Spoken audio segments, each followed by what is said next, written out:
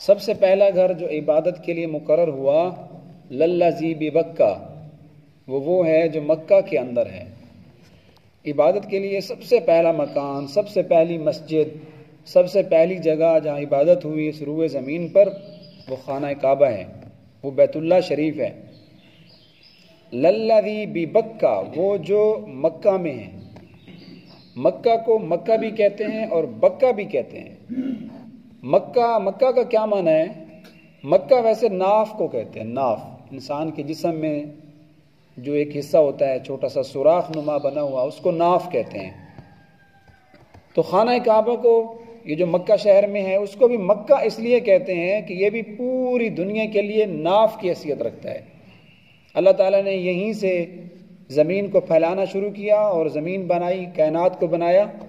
تو سب سے پہلی جگہ مکہ ہے، بالکل وسط میں ہے، زمین کے درمیان میں ہے، اسی سے ہی مشرق مغرب شمال جنوب بنے۔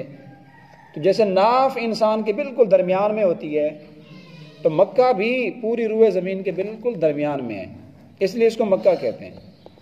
اور مکہ کہنے کی ایک وجہ یہ بھی ہے، اس حیثیت سے بھی مکہ کہتے ہیں کہ جیسے بچہ جب ماں کے پیٹ میں ہوتا ہے نا، تو اس کو جو خوراک ملتی ہے وہ ناف والی رگ سے ملتی ہے۔ تو بیت اللہ شریف بھی ہمارے لیے ناف کی حیثیت رکھتا ہے کہ ہم مسلمانوں کو، مومنوں کو جو روحانی غذا ملتی ہے وہ اسی مکہ سے ہی آتی ہے۔ مکہ ہماری روحانیت کا مرکز ہے۔ جیسے بچہ ماں کے پیٹ میں ہوتا ہے تو اس کو خوراک ناف کی رگ سے مل رہی ہوتی ہے، تو ہمیں جو روحانی غذا پہنچتی ہے، اللہ کی رحمتیں برکتیں، وہ بیت اللہ سے ہی ملتی ہیں۔ اور اس کا دوسرا نام بکہ بھی ہے، بکہ۔ تو اس چوتھے سپارے میں جو ابھی ہم آیت پڑھ رہے ہیں، اس میں مکہ نہیں لکھا ہوا، بکہ لکھا ہوا ہے۔ بکہ سے مراد بھی مکہ مکرمہ ہی ہے۔ بکہ کا معنی ہے گردن توڑنے والا، گردن کو توڑ دینے والا، گردن کو توڑنا۔ تو مکہ کو مکہ اس لیے کہتے ہیں کہ تمام لوگ جو کلمہ گو ہیں جب نماز پڑھتے ہیں، امیر ہوں یا غریب، کوئی بڑا ہو یا چھوٹا، مسجد میں ہو یا کہیں اور، جب نماز پڑھتا ہے تو اپنی گردن بیت اللہ کی طرف جھکا لیتا ہے۔ مسجود لہو، جس کو سجدہ کر رہے ہوتے ہیں ہم، وہ تو اللہ کی ذات ہوتی ہے، لیکن جس طرف ہم سجدہ کرتے ہیں، جس جہت کی طرف اپنی گردن جھکاتے ہیں، تو وہ مکہ ہی ہوتا ہے، خانہ کعبہ ہی ہوتا ہے۔ تو بڑے بڑے لوگوں کی، امیروں کی، غریبوں کی، سب کی گردنیں اس کے سامنے جھک جاتی ہیں، لوگ اپنی گردنوں کو جھکا دیتے ہیں، اس لیے اس کا نام ہے بکہ، گردنوں کو توڑنے والا، گردنوں کو جھکانے والا۔ اور ایک اس کو بکہ کہنے کی وجہ یہ بھی لکھی ہے، بکہ کا معنی ہے گردن توڑنے والا۔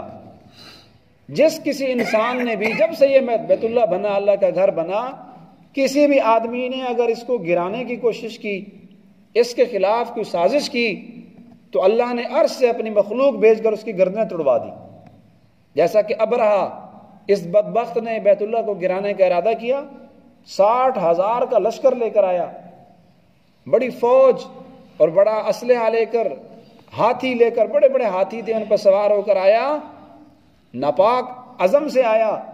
تو جب قریب پہنچا تو اللہ تعالیٰ نے آسمان سے چھوٹی چھوٹی مخلوق بھیج دی، ابابیل بھیج دیے، اور ہر ابابیل کے پاس 3 کنکر تھے، مسور کی دال کے برابر۔ ایک کنکر اس کے دائیں پنجے میں، دوسرا بائیں میں، اور ایک چونچ میں۔